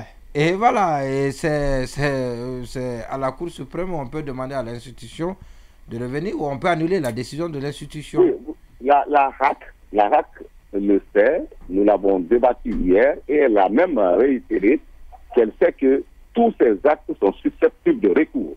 Donc aujourd'hui, les médias que nous sommes, nous pouvons faire introduire un recours en annulation. De référer d'heure en heure au niveau de la Cour suprême. Mais la question qu'il faille se poser, c'est de savoir est-ce que réellement c'est cette façon de résoudre le problème que nous voulons, parce que nous ne savons pas encore quels sont les contours et les pourtours de cette invocation de sécurité nationale. Donc, quand c'est invoqué, nous avons rappelé, par exemple, le pacte international qui est lié justement au droit civil et politique, justement, qui a été violé dans ce sens. On n'a pas reçu d'informations préalables avant, justement, l'invocation. C'est une erreur qui peut être partagée. Mais il n'y a pas d'interlocuteur pour vous expliquer. Voilà, il n'y a pas d'interlocuteur. Normalement, la HAC était censée nous expliquer. Voilà, l'interlocuteur dit n'être mieux placé, c'est la HAC qui dit n'être au courant de rien. Ouais. Alors, la HAC doit faire partie du processus de résolution de la crise. Comment à la justice, ils ont l'obligation, l'interlocuteur ou celui qui a pris la décision, la HAC notamment, a l'obligation d'invoquer ses raisons. La HAC est plus problème que solution dans cette affaire-là. À la Cour suprême, la HAC a l'obligation de venir avec les pièces justificatives ou ses raisons qui ont motivé donc les pièces à conviction. Oui. Merci. Voilà, donc de venir avec les pièces à conviction. Est-ce qu'il ne faut pas aller là-bas? Parce que ça nous soulage tous. On saura à cet effet qu'est-ce qu'on nous reproche, qu'est-ce qu'on a fait, et parce que dans ce cas-là, on ne comprend absolument rien. Oui, vous savez, c'est ce que nous sommes en train de dire. C'est une question très sensible. Il faut jouer, c'est-à-dire il faut bien jouer ce ballon-là. Vous savez, quand on parle de sécurité, là, nous le disons non seulement à l'attention de l'ensemble de nos confrères et autres, mais aussi l'opinion qui nous écoute. Nous savons la toute-puissance du terme qui a été invoqué, sécurité nationale. Et nous savons également, même la Cour suprême est surplombée par l'invocation de sécurité nationale. Est-ce que vous comprenez? C'est pourquoi nous n'avons relayé que le fait que la Guinée ait ratifié le pacte international, parce que ça, c'est des juridictions supranationales. Donc, la Guinée a ratifié ce pacte de 1966 relatif aux droits civils et politiques, parce que nous savons que dans le pays, lorsqu'on invoque sécurité nationale, même la Cour suprême est obligée d'attendre et de donner un certain moment au gouvernant afin justement de fournir. C'est-à-dire, il n'y aura pas d'élément de coercition dans l'immédiat pour dire vous devez impérativement nous donner des réponses par rapport à ça, parce que ce qui est invoqué est tellement élevé que la Cour suprême même sera obligée d'attendre que justement les services compétents fournissent ou finissent de faire il n'y a pas de délai, quoi. Voilà, il n'y a pas de délai. Donc, si nous rentrons dans la sécurité nationale peut courir jusqu'à la fin de la transition. Oui, voilà, justement, vous savez, des fois, la loi peut être obsolète ou même elle peut être muette sur certaines questions. Et justement, l'exercice de ces questions ou la problématique qu'il faut poser en matière de société, que nous comprenons qu'il y a l'insuffisance à ce niveau, sur la loi. Donc, parce que l'invocation de sécurité nationale, c'est pas encadré. On ne sait pas quand on invoque l'État. Tout ce qui est dit, il faut d'abord motiver. Ça n'a pas été motivé, nous le savons, et c'est pourquoi, justement, nous avons décidé d'aller vers la négociation pour comprendre et afin que, justement, nous ne soyons pas en marge, justement, de la résolution, si toutefois il y a des menaces, entre guillemets, sur la sécurité nationale. Nous voulons être des médias, à l'image des autres médias, Mali, au Burkina, quand il s'est agi de faire la guerre contre le djihadisme, ce qui s'est passé, le rôle que les médias ont joué pour sensibiliser, pour interpeller les populations, pour orienter tout le monde sur le même élan de combat. Oui, mais vous partez loin. La Guinée, quand il s'est agi d'Ebola et la Covid, les médias privés ont été réquisitionnés. Vous êtes président de l'Urtergui. Pourquoi vous prenez l'exemple ailleurs quand vous-même l'avez servi? Non, nous l'avons fait. Non, c'est ce que j'ai dit. Vous devez commencer alors, secrétaire général même d'ailleurs de l'Urtergui. Exactement. Voilà, nous l'avons fait. Les médias privés ont toujours été à l'avant-garde des grandes situations du pays. Les différentes élections, les différentes synergies que nous organisons. C'est pour que les lendemains de ces scrutins soient apaisés. Et tout le monde est accroché à ce que nous faisons, Aboubakar Kamara. Entièrement d'accord avec vous, mon cher Omo. Nous avons fait c'est une réalité. Oui, quand on parle de menaces de sécurité nationale, il y a quelle menace, au lieu de museler, au lieu de fermer les médias, il y a quel problème, ces médias peuvent aussi jouer leur partition, comme vous l'avez dit. De toutes les façons, puisque demain il y a une réunion, peut-être que le soir, on vous appellera pour nous éclairer davantage. Ceci dit, merci de votre disponibilité et que Dieu fasse que ce combat trouve une solution idoine et rapide le plus tôt possible. Merci et bon courage. Allez, merci. On refait le monde pour que bougent les lignes du développement et de la gouvernance sur Joma FM. Oui, Lamine Mounimassi. Vous savez, je deviens de plus en plus perplexe. Perplexe. Oui, c'est votre sincèrement, c'est un peu compliqué. Je commence à m'aligner sur la position de Marwan qui dit que c'est une situation qui n'a pas d'issue. On ne sait pas dans quoi nous nous trouvons. Parce que même nos responsables ne savent pas dans quoi nous sommes. Et parce que quand on dit que la HAC, on a été à la HAC qui a pris la décision. Et ça, c'est important d'entendre et de comprendre. La HAC a pris la décision. Et c'est sur la base d'une conviction, j'imagine. Mais malheureusement, ce n'est pas sur la base d'une conviction. Parce qu'on a demandé à la HAC pourquoi vous avez pris la décision. On dit non, sécurité nationale. Alors, quels sont les éléments raisons. Voilà, justement. Ouais, parce que la HAC doit pouvoir... Quels sont les éléments qui vous ont permis de prendre cette décision? La HAC dit qu'elle ne sait pas. Qu'elle va se référer. Alors, je ne sais pas pourquoi la HAC n'a pas eu le courage de demander à celui ou ceux qui leur ont dit que la sécurité nationale est menacée par les médias.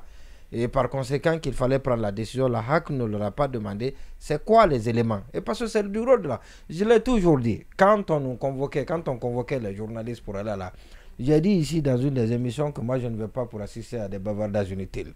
Mais ce jour-là, les gens n'étaient pas en phase avec moi. On est passé rapidement sur la chose. Mais la HAC doit prendre ses responsabilités. La HAC, le rôle de la HAC, c'est de sanctionner ceux qui sont... Ceux qui sont indélicats. Ouais, si c'est le cas. Si c'est le cas. Ouais, mais malheureusement. La main de la HAC ne doit pas trembler. Oui, mais la HAC ne doit pas s'inscrire dans une fuite en avant. Et parce que j'ai l'impression que c'est ce que la HAC a toujours fait. C'est-à-dire qu'on regroupe les gens. Tout le monde. On dit, oui, bien sûr, on dit voilà, donc l'éthique, la déontologie. C'est juste un rappel. Voilà, donc le générique, c'est le même générique, quoi. L'éthique et la déontologie. On ne vous dit même pas c'est quoi l'éthique, c'est quoi la déontologie. Quel manquement à l'éthique, quel manquement à la déontologie.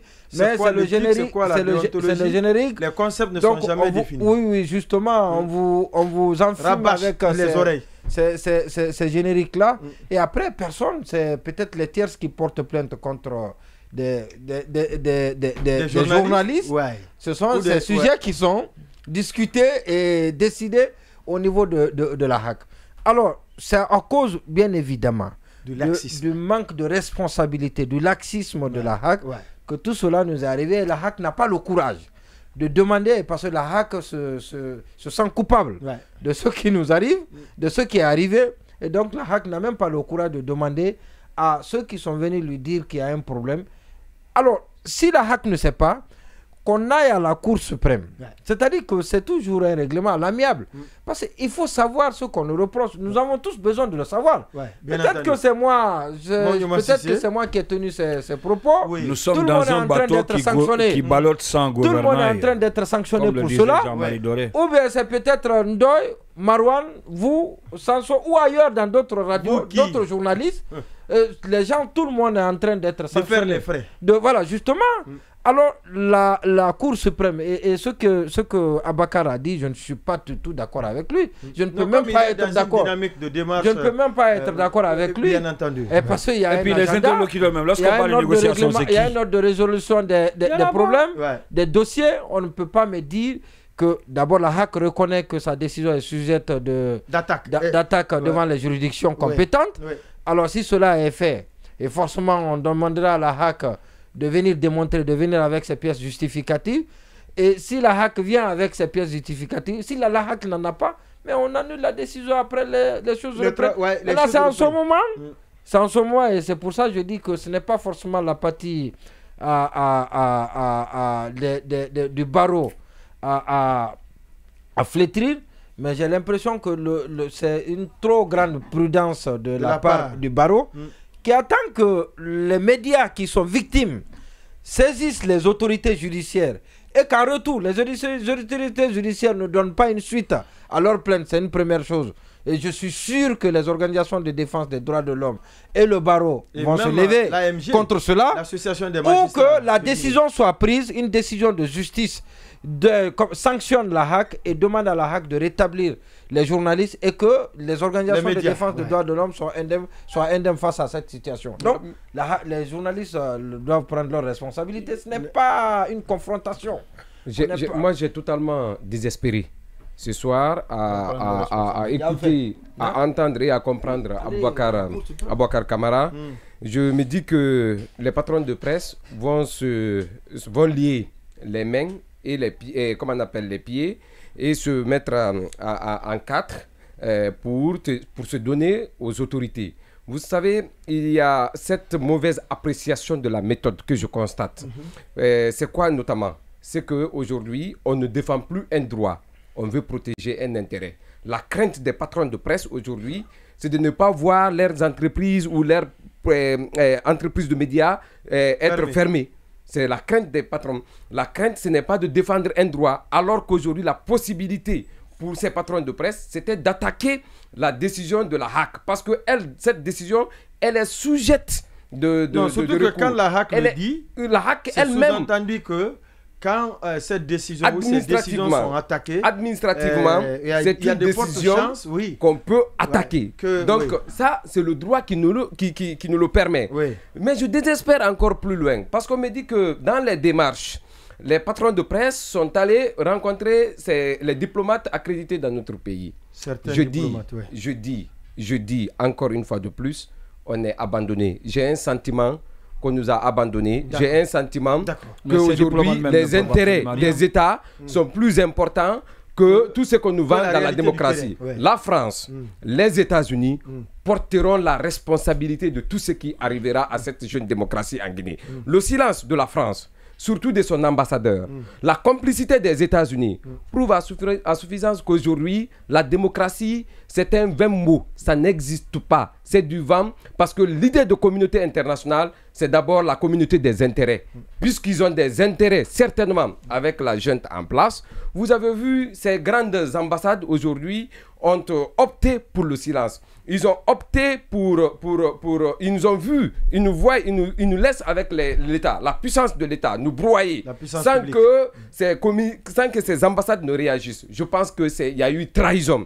La France a trahi, les États-Unis ont trahi, et on nous a abandonnés dans une pleine tempête. Alors, il faudrait qu'ils fassent beaucoup attention. Je voudrais surtout parler de l'ambassadeur de France. Parce que ce qui arrive là, dans ce pays, je vous donne ma main à couper que la France n'est pas loin. Pour deux raisons. Depuis qu'il y a eu des coopérations, des accords de coopération entre la junte et la France, dans le domaine non seulement de la sécurité, mais aussi des renseignements, le pays n'est plus tranquille. Je me demande pourquoi aujourd'hui on nous oriente vers ces pratiques liberticides. C'est ce qu'il faut dénoncer. La France portera la lourde responsabilité de tout ce qui arrivera sous cette transition. Sa complicité est déjà connue de tout le monde. Vous savez, comme on le dit souvent, quand vous avez une maladie, vous êtes parti dans beaucoup d'hôpitaux, vous n'avez pas trouvé de solution, on vous dit allez vous asseoir au niveau du carrefour là-bas, peut-être que les passants, chacun de son côté va essayer de vous dire allez-y dans telle clinique, peut-être que là-bas vous pouvez trouver des médicaments. Alors c'est ce qui nous arrive aujourd'hui quand nous parlons des mots, de la situation que traversent les médias. On a parlé des ambassades. Ambassade des États-Unis, ambassade de France ou l'Union européenne. C'est parce qu'on n'avait plus où aller, c'est tout. C'est-à-dire qu'aujourd'hui même, on est en train, hier je le disais, j'ai dit qu'il faut privilégier les négociations, il faut donner chance aux négociations, il faut ouvrir un couloir de dialogue. Mais on est arrivé à un moment donné où on ne sait même plus à qui s'adresser. C'est ça la vérité. On ne sait plus à qui s'adresser. Les ambassades, moi je pense que, comme je l'ai dit, les ambassades allaient être le dernier recours. Quand on va vers les ambassades... Non, les ambassades doivent être les premiers recours. Non, quand on va dans une ambassade... Non, ça, le premier... Non, Lamine, les premiers interlocuteurs. Quand il y a ça, on a ceux qui tiennent les problèmes. Les ambassades même peuvent s'autosaisir. Voilà. Ceux qui tiennent le problème. Besoin d'aller vers les ceux qui tiennent le problème. Les ambassades. Ceux qui tiennent le problème, ce sont les autorités. Le problème que nous traversons, ceux qui tiennent le problème, ce sont les autorités. Nous sommes partis dans les ambassades. Est-ce que ça a réglé le problème? Non, ça n'a pas réglé le problème. On parle aujourd'hui des autorités. Aujourd'hui, je pense, ou hier, il était question que nous rencontrions les autorités religieuses. Les religieux, qu'est-ce qu'ils ont fait? Absolument rien. On est en train de parler du barreau. On est en train de parler du barreau. Et les religieux? Les religieux ont fait quoi? Les religieux aussi pouvaient apporter leur solution par rapport au problème que nous traversons aujourd'hui. Parce que quand on prenait l'exemple... une autre lecture par rapport à ces... Bon, je ne sais pas, parce que quand il a été question notamment de la société civile avec le cas de Foni Kemengue, on les a vus se lever quand même. Prendre le devant. Pourquoi pas les médias? Ils ne l'ont pas fait. En tout cas, moi je me donne la situation, la situation elle est dangereuse, elle est devenue critique. Moi je ne sais pas, comme on le dit souvent, à quel sens se vouiller. Si vous permettez. Et comme le disait l'autre là. Oui, en 30 secondes. Et comme le disait, j'ai pas terminé, j'ai pas fini. J'ai pas fini. S'explique par des choses. J'ai pas fini. Comme le disait l'autre là, Jean-Marie Doré. Nous sommes dans un bateau qui ballotte sans gouvernail. C'est ça la vérité. D'accord. L'impuissance aujourd'hui des patrons de presse. Vous savez ce qu'on ne nous dit pas? Les patrons de presse aussi ont leur responsabilité dans ce que nous traversons. Ce sont ces mêmes patrons de presse là qui sont devenus des Kleenex de salon du palais. Ils sont là-bas, ils courent derrière des marchés. Mais ça, c'est pas mauvais en soi. Non, ce n'est pas mauvais en soi, je suis d'accord. Mais il y a des patrons de presse. Mais tu connais, attends. Non, écoute ce que je dis. Le palais, le palais n'est pas, comment on appelle, n'est pas un centre d'affaires. Le palais, c'est que n'est pas un centre d'affaires. Aujourd'hui, il faut voir. Non, je vous assure qu'il y a des patrons de presse qui ont pris des engagements. Ce que je vous dis, il y a des responsables de médias. Il y a des responsables de médias. Ça, c'est pas mauvais. Vis-à-vis de la presse, comme souffrez de m'écouter. Il y a des patrons de presse qui ont pris des engagements avec la junte, qui prennent l'argent le soir et le matin qui viennent dire autre chose à l'antenne. Vous pensez que la radicalisation aujourd'hui du pouvoir militaire ne s'explique pas par ça? Parce qu'aujourd'hui, ces patrons de presse ne peuvent pas regarder le colonel Mamadi Doumbouya dans les yeux.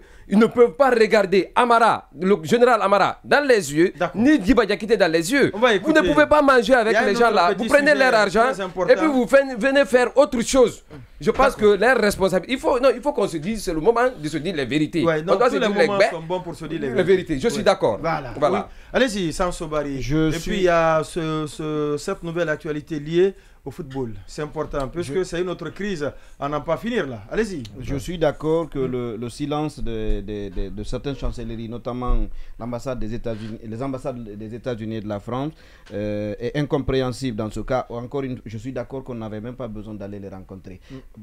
Avant, sous Alpha Condé, pour moins que ça, on a eu des communautés, on a eu des initiatives, des démarches se mettre en place de la part de ces chancelleries-là. Mais je ne sais pas quelle est l'exception dont bénéficie la junte d'aujourd'hui. Mais comme tout le monde l'a dit, en écoutant Abouakar, je me suis dit que on est sans solution. Mais disons, moi je me disais qu'on est sans solution depuis un certain temps. Ce n'est pas comme ça. Ce n'est qu'une confirmation. Parce que ce qui s'est passé, ce que nous apprenons là, c'est que Yacine et la HAC ne sont pas convaincus de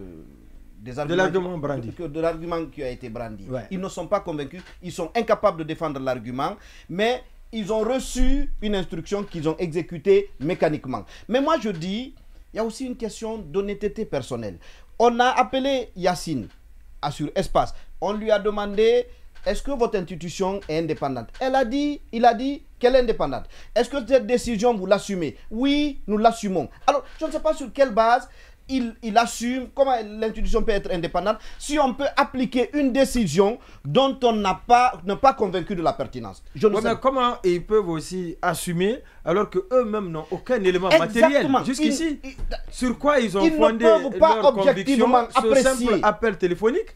Parce qu'on nous dit que c'est de la part des autorités au plus haut niveau, des autorités spécialistes dans la matière, c'est quand même extraordinaire, oui. Donc je trouve que ça veut dire que ça ne va vraiment pas marcher.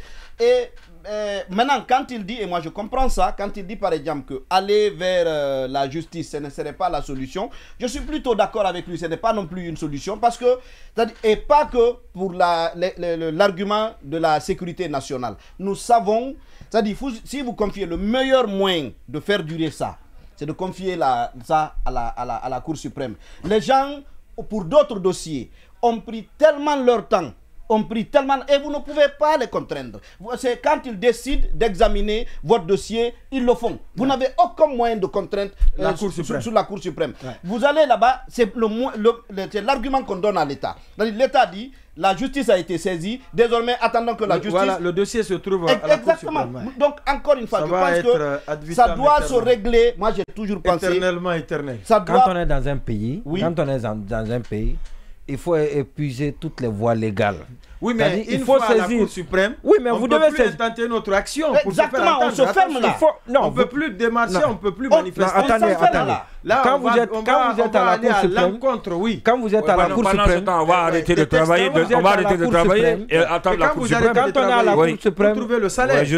Quand on est à la Cour suprême, les loyers. Quand on est à la Cour suprême, on ne peut pas nous interdire de ne pas organiser des journées sans presse pour mettre la pression sur la Cour suprême à ce que la Cour suprême se décide. Donc vite on peut aussi commencer maintenant. Ça c'est possible. C'est-à-dire que vous épuisez. Et ça c'est une voie légale aussi. Ouais. Ce n'est pas illégal. Oui, bien entendu. Journée sans presse n'est pas une atteinte à la sûreté. À la sûreté. Non, il rallonge à la sécurité de l'État. On ne peut pas. De toutes les façons, comme c'est une journée sans presse continue là depuis très longtemps, et parce que les médias ne mettent pas là.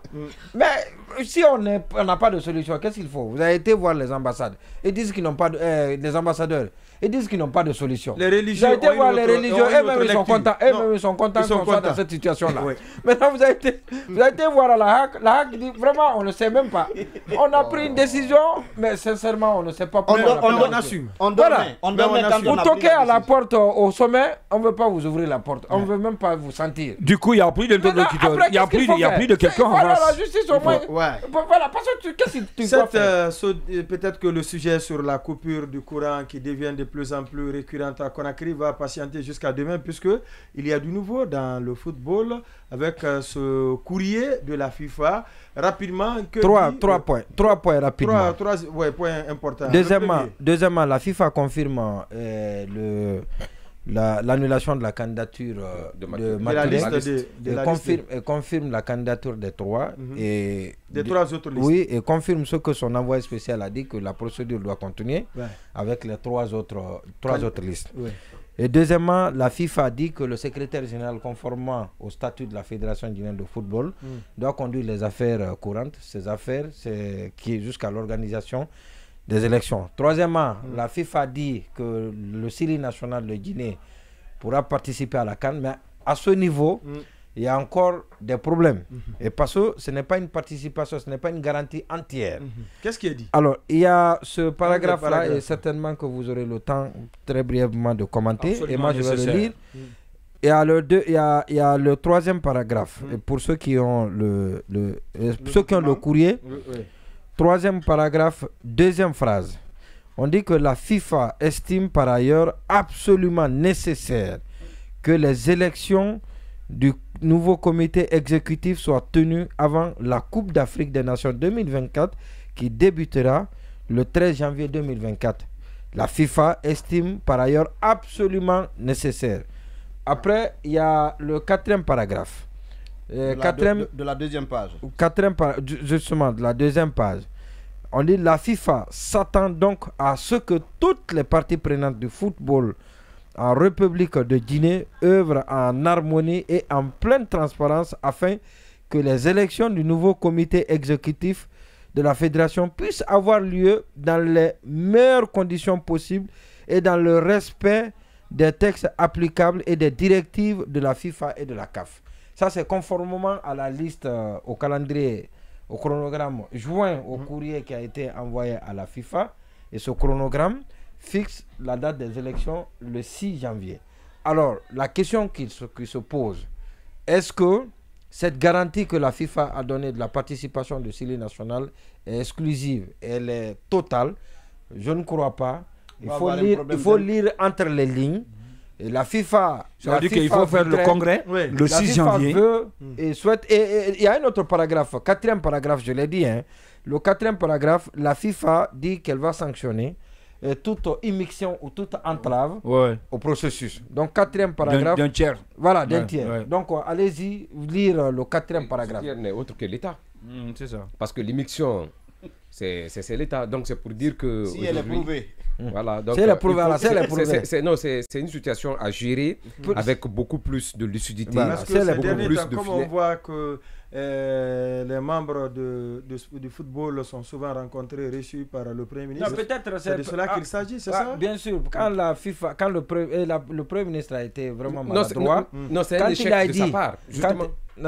C'est un échec parce que la FIFA... Ça, il a échoué, mais par le passé, il a réussi. C'est vrai que ça, c'est un échec. Oui. Le fait qu'il n'a pas réussi à organiser, que les élections ne soient pas organisées, le processus n'a pas été à son terme. Est-ce que c'est de sa faute, le Premier ministre? Est-ce que c'est lui qui a demandé... Pourquoi il s'est impliqué pour la première fois? Pourquoi il s'est impliqué et il a réussi à faire adopter le statut? Pourquoi il l'a fait? Le schéma de sortie de crise qu'il a proposé, c'est la liste consensuelle. Est-ce qu'on a parlé de... Parce que l'immixtion, c'est pas que les élections. L'immixtion, c'est à tous les niveaux. Ah bon, hein? Ouais, mais ça, on n'a pas parlé d'immixtion parce qu'il a su mieux le faire. Il l'a fait en amont et derrière les rideaux. Vous-même avez sollicité que les autorités prennent leurs responsabilités. Oui, c'est ce que je dis. Il a su le faire. C'est ce qu'il devait le faire. Les autorités ont pris leurs responsabilités. Oui, mais là, ils ont pris le train en retard. Il a mené des démarches pendant que c'est déjà gâté. D'accord. C'est ça un peu le problème. Mais ce n'est pas lui quand même qui a amené la commission de recours à non, c'est l'anticipation. Gérer, c'est anticiper. Si les statuts, l'adoption des statuts, il pouvait faire non, permettez-moi. Non, l'adoption des statuts a pris 1 année. C'est à cause de l'adoption, de la non-adoption des statuts que le mandat a été prorogé. Vous devez savoir que les élections ne pouvaient pas se passer de façon paisible. Il fallait être là aux aguets. Mais qu'est-ce qu'il devrait faire? Mais c'est d'appeler les acteurs comme il a fait pour la première fois. Il a appelé les acteurs pour leur dire il faut aller adopter. C'est pas ce qu'il a fait. C'est pas ce qu'il a fait. Non, il a fait quoi maintenant? Vous qui êtes en train voilà. Le courrier de la FIFA. Tout broder là, le courrier de la FIFA. De tout botter en touche là. Qu'est-ce qu'il devait faire si c'est pas ça? Le courrier de le courrier. Moi, je vous pose juste non, c'est ce met à l'eau tous les efforts qui sont trouvés. Parce que la question de même liste consensuelle qu'on avait évoquée. Marwan Kamara, Lamine Mouniouma Sissé, Ndoye Cheikh Sadibou reviendra sur ce sujet. Demain, tout comme la coupure du courant, puisqu'ils sont nombreux maintenant qui se promènent encore avec leur chargeur de téléphone dans leur poche. Partout on trouve le courant, parfois avec le groupe électrogène. On essaie de profiter.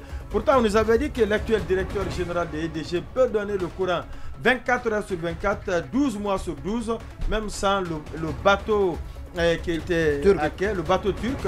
Est-ce que c'est la réalité? Demain, mercredi, nous reviendrons sur cet autre sujet qui devrait être débattu aujourd'hui. Ceci dit, merci à vous, Lamine Mouniouma Sissé, Boubacar Sansouba, Ndoye Cheikh Sadibou, Habib Marwan Kamara. Merci à la régie, la technique, à vous, chers internautes, et vous qui vous battez pour nous regarder via d'autres possibilités. Merci à vous, merci à notre réalisatrice, Oumou Sophie, qui est à portée.